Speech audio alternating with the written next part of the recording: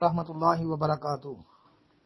جی محترم بھائی نے جی دو باتیں پوچھی ہیں، ایک رب کی خوشنودی والد کی خوشنودی میں ہے اور رب کی ناراضگی والد کی ناراضگی میں ہے، ایک یہ، دوسرا کہتے ہیں جی کوئی آدمی اگر سال بیمار نہ ہو سمجھو اللہ اس سے ناراض ہے۔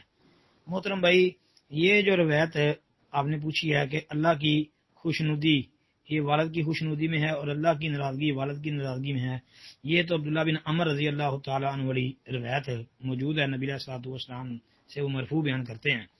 سنن ترمذی کے اندر کتاب البر والصلہ میں 1899 نمبر پر ہے۔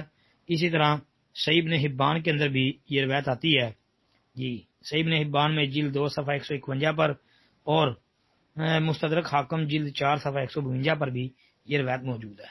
تو یہ روایت تو ٹھیک ہے، شیخ البانی نے اس کے اوپر صحیح کا حکم لگایا ہے سنن ترمذی کی تعلیق میں۔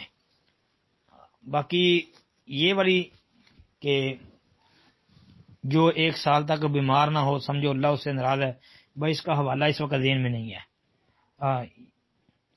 کسی جگہ پڑھی تھی لیکن یاد نہیں ہے اس وقت کہ اس کا حوالہ۔ السلام علیکم ورحمۃ اللہ۔